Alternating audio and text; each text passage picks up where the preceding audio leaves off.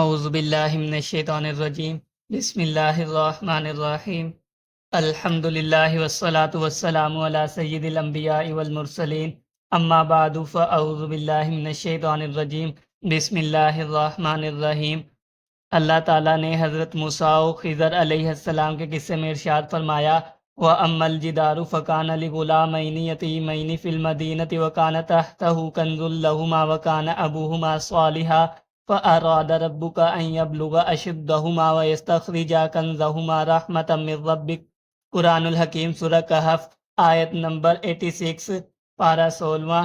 باقی رہی دیوار تو اس کی حقیقت یہ ہے کہ وہ شہر کے 2 یتیم بچوں کی تھی اور اس کے نیچے ان کا خزانہ دفن تھا اور ان کا باپ نیک شخص تھا۔ بس آپ کے رب نے ارادہ فرمایا کہ وہ دونوں بچے اپنی جوانی کو پہنچے اور اپنا دفینہ نکالیں۔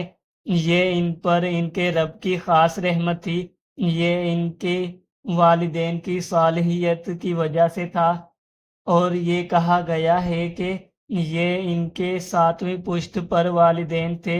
ان کی وجہ سے ان کے خزانے کو محفوظ کیا اور اس کے اوپر جو دیوار تھی اس کی تعمیر کا حکم فرمایا تاکہ اس خزانے کی طرف پہنچنے والے ہاتھوں سے حفاظت ہو اور دیوار کے گر جانے سے اس خزانے کے منکشف ہونے سے بھی حفاظت ہو۔ سیدنا سعید بن مسیب رضی اللہ تعالی عنہ نے اپنے بیٹے سے فرمایا میں اپنی نمازوں میں اضافہ کروں گا تاکہ تیرے بارے میں میری رعایت کی جائے۔ پھر یہ آیت مقدسہ تلاوت کی وَقَانَ أَبُوهُمَا صَالِحًا۔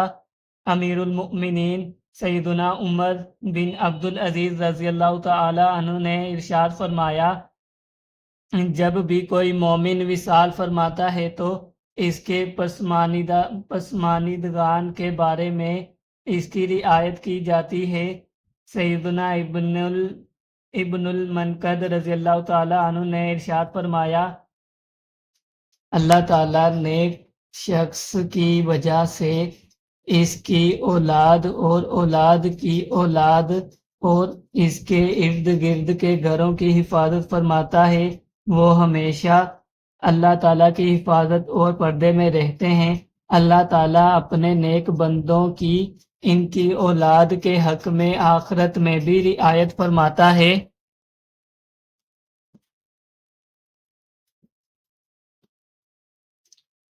اللہ تعالیٰ نے ارشاد فرمایا والذین آمنوا واتبعتهم ذریتهم بإیمان الحقنا بهم ذریتهم وما علتناهم من عملهم من شیء۔ اور جو لوگ ایمان لائے اور ان کی اولاد نے ایمان کے ساتھ ان کی پیروی کی ہم ان کی اولاد کو ان کے ساتھ ملا دیں گے اور ان کے اعمال کی جزا میں ذرا بھی کمی نہیں کریں گے۔ قرآن الحکیم سورۃ الطور آیت نمبر 21 پارہ 27۔ یعنی جنت میں داخل فرما دیں گے۔